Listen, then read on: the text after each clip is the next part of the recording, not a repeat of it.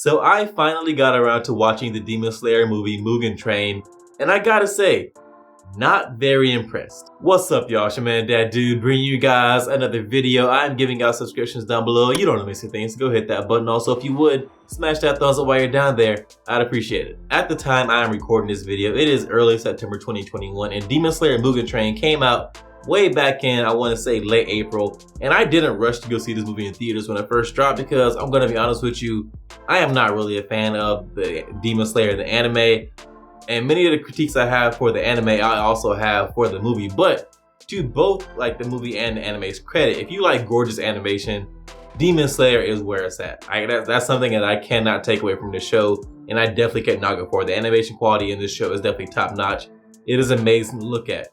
But outside of that, I don't think Demon Slayer offers you much, and that really goes for the movie too. I didn't think it offered much besides gorgeous animation. If you like action, the action in Demon Slayer Mugen Train didn't really get good until Akaza shows up and him and Kyojuro go at it. But before that, when they're fighting that demon on the train that put them to sleep, the action was overall kind of boring. It wasn't like them going back and forth with the demon, like showing off all these cool moves as they fight the demon. It was them destroying these tentacles and arms that were protruding from the train that didn't really offer anything it didn't offer anything engaging, in my opinion, when it comes to action or anything all that entertaining. It was more so just the Demon Slayer showing off various moves they had against these different arms and tentacle-like things that the demon had protruding from the train. It was just boring, in my opinion. And the story for the movie, the story is they get sent to go on this train with Kyojuro because people are dying on the train, and then shit just starts happening after that. Like, that's the basis for your story. That's not really a story. They just put them on a train, and then demons pop up and shit pops off, and that's it. That's your story. So from a story standpoint, the movie also doesn't really offer you much there. The only thing the movie has going for it is gorgeous animation and some decent, or not saying, I should say decent, some really good action in the latter part of the movie when Akaza shows up and him and Kyojuro have their duel. But besides those two things, this movie just wasn't that good, and I was expecting it to be good. I am not a fan of the show, but I have heard plenty of good things about Mugen Train, so I had my expectations actually pretty high. I thought, okay, I don't like the show, but I'm going to enjoy this movie because people whose opinion I really respect have enjoyed this movie and they rave about it. So I thought I'll like it too. You know, studios put a lot more budget into movies, and sometimes movies have different storylines and plots than they have in the anime. And so it'll be different from that standpoint, and I'll enjoy it. And I just didn't enjoy it really all that much. Besides, again, the action towards the latter half of the movie. I shouldn't say latter half. Like the last 20 minutes of the movie are really good, but before that, nothing really impressive. I did like the scenes we got with Tanjiro in his dreams with his family, and the emotional trauma he was going through, having to leave the dreams and leave his family. I thought that was well done, but besides that, the movie just wasn't that good. Maybe I had my expectations set too high. Maybe I expected too much from this movie, and since it failed to meet my expectations, I am knocking it more harshly than I would if I came into it with no expectations. But I can't really help that now, and there are so many rave reviews about Mugen Train online or on YouTube, people talking about how great this movie was. It set like some really good box office numbers for an anime release in the States, and I believe it did really well in Japan too. So I don't think I'm unjustified in having high expectations for this movie, and it just failed to meet those. Like, I try not to like bring my critiques for the show and the anime and apply those critiques to the movie, but the critiques are kind of the same. The things that plagued the movie, I think, are also issues that plagued the show, and that is the story behind Demon Slayer, kind of weak. The characters in Demon Slayer, kind of weak. Demon Slayer has gorgeous animation and at times some really good action, and that's all it has going for it. And for most people, that can be enough, and that's okay. Like, I'm not saying that every anime has to have great character development and a really engaging story and just like super interesting plot and all this kind of stuff. Like, no, that would be unreasonable. But I think it's fair to point out when an anime or a movie doesn't have that, and Demon Slayer doesn't have those things, in my opinion. Like, Tanjiro is a very milquetoast protagonist, and then the characters around him aren't interesting. Zenitsu's not an interesting character. Inosuke is kind of interesting if they like gave Inosuke more lines than just him yelling all the time and being rambunctious all the time. But they actually dove into his character. I think he could be interesting.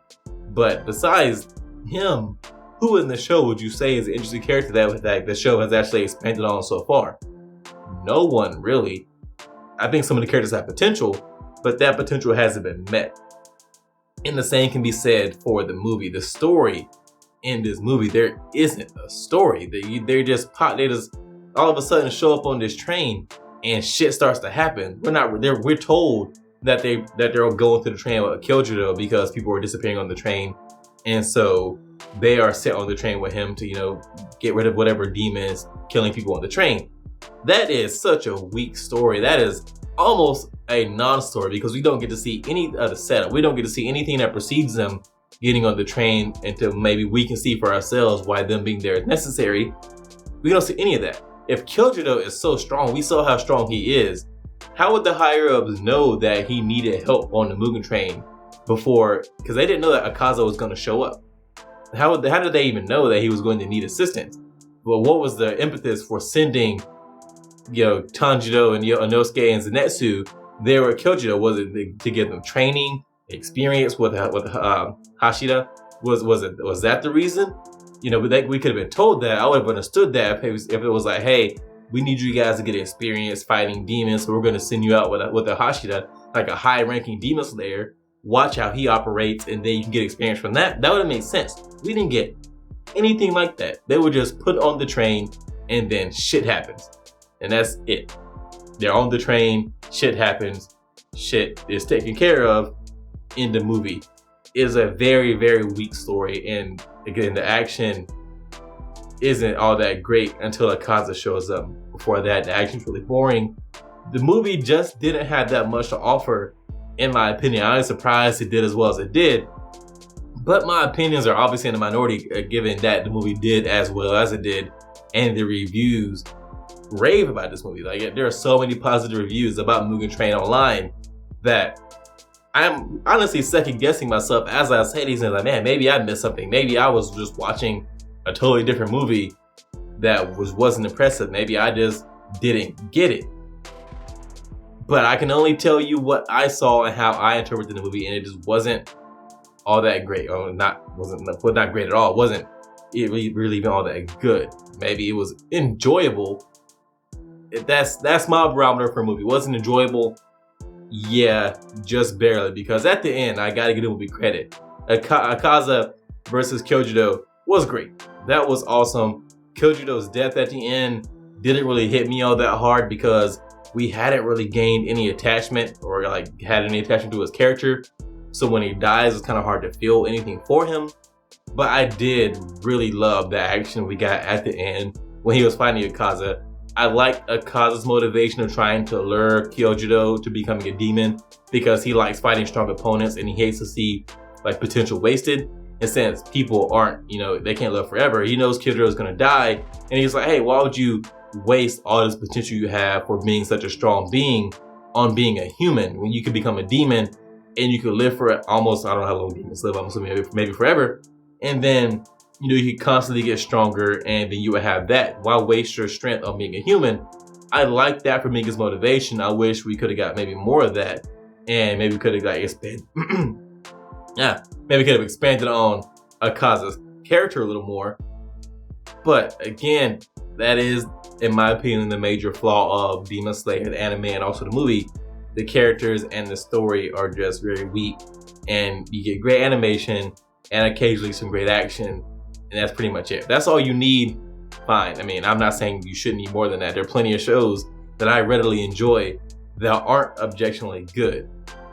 I just think that Demon Slayer is a show that is not objectively good.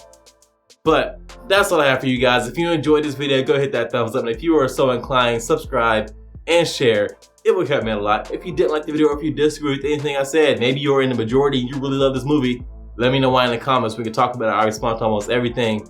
Also, if you would, follow and hit me up on Twitter @DadDoAnime, and I'll see you guys in the next one.